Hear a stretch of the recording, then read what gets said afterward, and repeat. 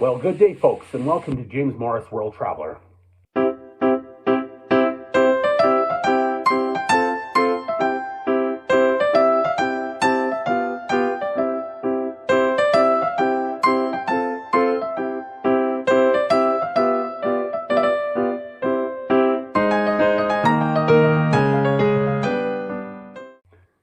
Now, in this video review, I want to talk about the Dublin Wax Museum, also known as the National Wax Museum Plus.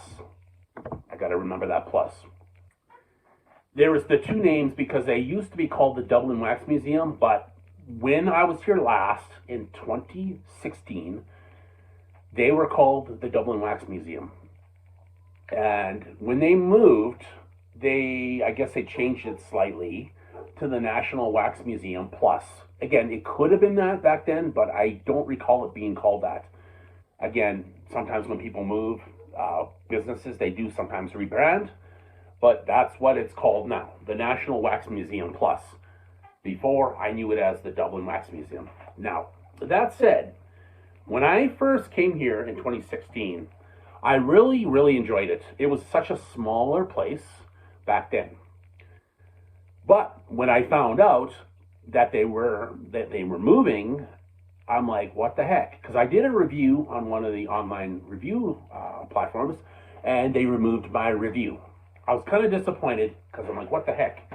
But because they were moving, I understand that they have to remove the reviews because it was based on the old location and the old setup. And I loved it back then. So when I came here on June 13th, 2023, this was almost 7 years later when I finally came, which was awesome because I wasn't sure what I was going to expect. I knew it was bigger, but I didn't know what else to expect. Now, one thing I want to mention before I get into the review is this. The cost to go to this museum as of the summer of 2023, when I saw the price of it, I've noticed that it was in the 30 to 35 euro range. Because it's summertime, they tend to up the prices because I just looked at before I did this review, I double checked the pricing, and it's actually $16.50 for an adult. Again, this is adult prices, not children prices. It's adult. Again, they also have family prices as well. So you can get a discount when you're purchasing multiple tickets for a family. But just to keep in mind, as an adult, it's almost half price or about half price at 16.50 euros as of this winter time. It seems like maybe in the summer, due to the fact it's really busy, they do keep the prices higher in the summer and lower in the winter due to lower tourism. Now, again, I just wanted to bring that up because I wanted people to know that when you go in the summertime, prices are a little bit higher just due to demand. But wintertime, if you want to look at saving money, it's a perfect time to go. Now let me get into my review because this is going to be a slightly longer review just due to how much I got to talk about. Like I said before, when I came here, I loved it. Now, this time, I didn't know what 100% to expect, but I did notice this building literally just south of O'Connell Bridge. And I'm like, oh, wow, that's cool. It's like right there. Like it's literally a 2-minute walk, if that, to this museum. Whereas before, I had to probably walk farther or maybe take the bus, which wasn't that far away, but it was still a little bit of a walk. Now, into the review in itself, I first walked into this building, and straight thing I noticed was a wax figure of Tina Turner on the left side. Straight ahead was reception. Excuse me, reception. Now, I went in with my hop-on, hop-off 3-day Dublin pass and scanned it. And the gentleman says, okay, you can come in through the door that's just to the left of it. When you're looking at the reception, it's on the left. There's a door. So you have somebody who's in there when you first walk into the door that's just sitting there. She greets you. She says hello. Nothing too crazy. And again, I was excited to be here, by the way, and I'm like, wow, what do I expect to see? What figures are still here when I was here? How much more did they add? So when you first walk into the door, the first thing I saw was Gollum and several other Star Wars characters. Now, you do have to go up the stairs on the right, where that lady's sitting. She's sitting, like, say, right here. There's a set of stairs on the right when you facing her. Now, not only do you have Gollum and several other Star Wars figures, when you go up the stairs on the right, there was a giant hand, like a big monster hand coming out like this that looks like from Jack and the Beanstalk. And in the old place, it had a giant's face before, but this one was just a hand, specifically. Now, as you get higher up up on the stairs, you do see characters such as Mr. Freeze and Einstein, as well as several science and aeronautical related displays and such. So I'm like, wow, this is expanded into like other sciences and stuff like that. So it's really cool. Now, I will post pictures up here showing you a couple of different things I'm referring to. So, that said, I'm going to continue on. Some other items, some other places they've added to this place. They had a new mirror maze, which was very cool. As well as they had the museum and movie character room, which was beyond that mirror maze. One thing I noticed in that room, when I went into that room where the museum, with the musicians as well as the other movie characters were, one thing that will say about it was there's one thing that I noticed there's a slight issue with it. The one thing I noticed in this room was that on the right there was James Bond character from 007, like the 007 character. He was on the right side, and I'm like, that's kind of weird that they would have him on the right side with all these musicians. Now, on the left side, there was also one thing that I noticed that was a little bit of an issue before I get into the other characters that are actually in this room. One thing I did notice with this room on the left side, now on the left side, on the right of the left side, there was Ki-Kwan Jinn and Anakin Skywalker for two characters that I noticed. Now, on the left side of that, I noticed the sign for those two characters were on the left side behind David Bowie. And I'm like, okay, that's kind of weird. Why would they put that signage for those two characters that I just mentioned on the left side, but not on the right where they are? Again, when I asked the gentleman at the reception when I finished my tour of this place, he mentions that there could be a possibility that somebody may have accidentally or intentionally even moved the two signs. Again, that is possible, but I kind of find it a little bit weird that they didn't actually notice this, or in the last little bit. I don't know how long it's been, but I'm like, what the heck? So anyway, hopefully they fix those couple issues. Now, that said, as I said, there's the two characters that I mentioned, Ki-Kwan Jinn and Anakin Skywalker. Anakin Skywalker. I just said his name too a minute ago. Now, I hope that if they fix that would be awesome, because then you know, okay, there's no mistakes in that building. Now, continuing on. Now, there are also rooms with religious and political figures as well as writers. So there's a couple different rooms with these types of wax figures in a political situation, as well as, like I said, religious and writers that were Irish. Now, those include Donald Trump as well. Further you go through the building, you also see Disney, movie, and cartoon characters, some being movie characters as well, in those genres. Now, including SpongeBob, the Wicked Witch from Sleeping Beauty, Harry Potter, and The Simpsons. Those are just a couple of the different genre of characters that you will see throughout those other parts of the rooms as you go through the building. There are also more movie characters, including, but not limited to, Ninja Turtles, Superman, Batman, with the Joker, as well as Deadpool. And one thing I really loved about those last few character situations is this.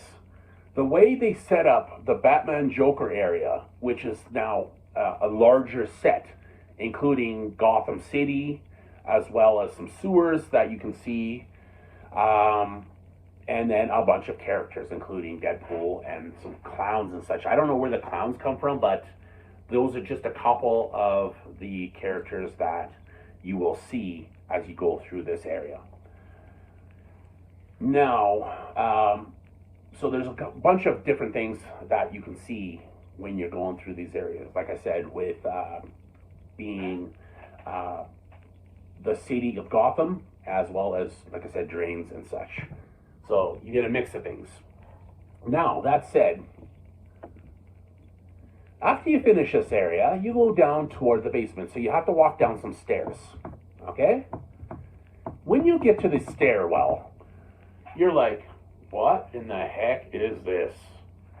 There are hundreds and hundreds and hundreds and hundreds. I swear, there's got to be over 300 clocks all along the stairwell walls, all the way down. And we're talking about at least 3 or 4 levels before you fully hit the basement.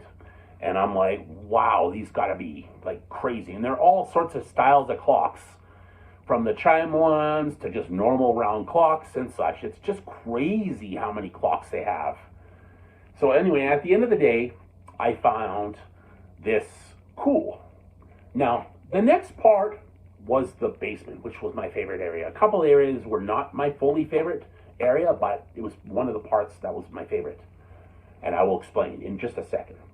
Now, they had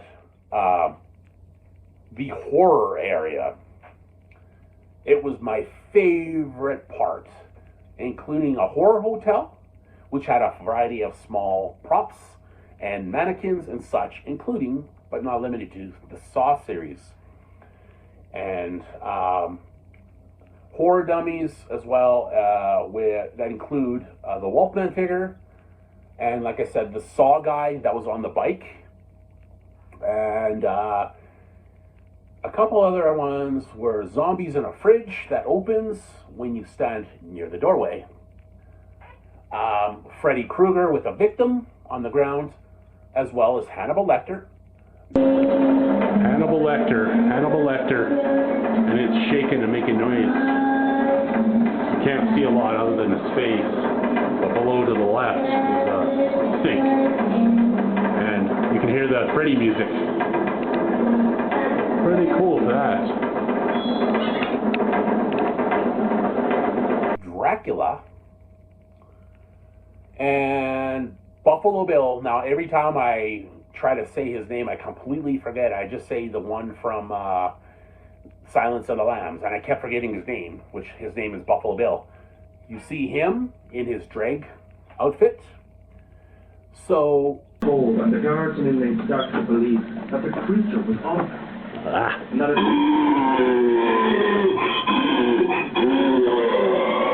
And you can see that's Hannibal Lecter, cross-dressing guy. I can't remember his name offhand, but the character completely different than what it was before. Now this is where he is. Crazy. Crazy, crazy. From Hannibal Lecter. And you also see body bags and a skinned woman, as you would see in the movie. You would see these couple bodies, specifically the one that was hanging from a hook. And there are actually several of them, so they're hanging from hooks. Now, with that said, some of the characters are moving, like the zombie in the fridge, as well as one that was lying on a table where Buffalo Bill was, as well as Hannibal Lecter makes noise and he's shaking, which, very cool. This is one of my favorite parts. Now, near the end of this, you do get the electric chair with a guy in it who you can put €1, you can put €2, but I put €1, and you get about a minute and a half where he screams that he's being electrocuted, and you have the sound of electrocution. And he's screaming. It's really cool. One of my favorites as well at the end. Now, the last part of the exact end, basically, of the place is the Enchanted Forest. I was like, okay, this is interesting. It's kind of cool. Glow in the dark kind of, or glowy style looking setup, just due to the fact that it's an enchanted forest with a dragon, a person fighting a wolf, as well as a child cutting a fish. So really cool. Now, they had a lot of new things in there, like I said, with the increased setup with Gotham City, other characters that you never seen before, and the way they set up some of the things, some of the characters and such.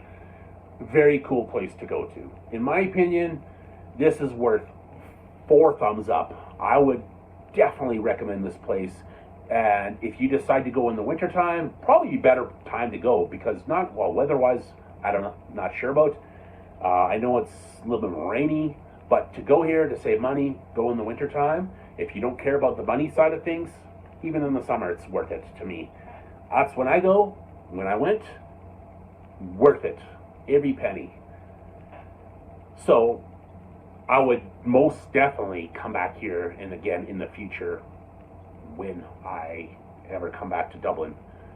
And I would definitely, like I said, recommend this to anybody, especially, I mean, there might be some horror-matic things in the basement, like I said, in that area with a horror hotel and some of the characters. If young children, I would not recommend that if they're afraid of these kind of characters. But otherwise, older children might not be so much, not so scared. But I would, I would definitely recommend this place. Again, this is a very long review, because like I said, I wanted to do really a thorough review on this one, because this is one of my favorite places, and I knew this was going to be a longer review. So again, I hope you guys love this. Again, 4 thumbs up. Again, if I had 4 thumbs, I could do that. 4 thumbs. Choo, choo, choo. But anyway, awesome place. Worth every penny for me. Again, maybe it's not for everybody, but definitely worth it. For single people, for families, and such. Come to it. Dublin Wax Museum, aka the National Wax Museum Plus in Dublin, Ireland. And it's located just south of the O'Connell Bridge, literally 1 block from where I was staying when I stayed at this hostel in one of my previous videos. Now, that said, I'm going to keep it at that. This is a very long video, so thank you everybody for listening and watching, and until the next video, we will see you in the next video. Have a good one. Ciao.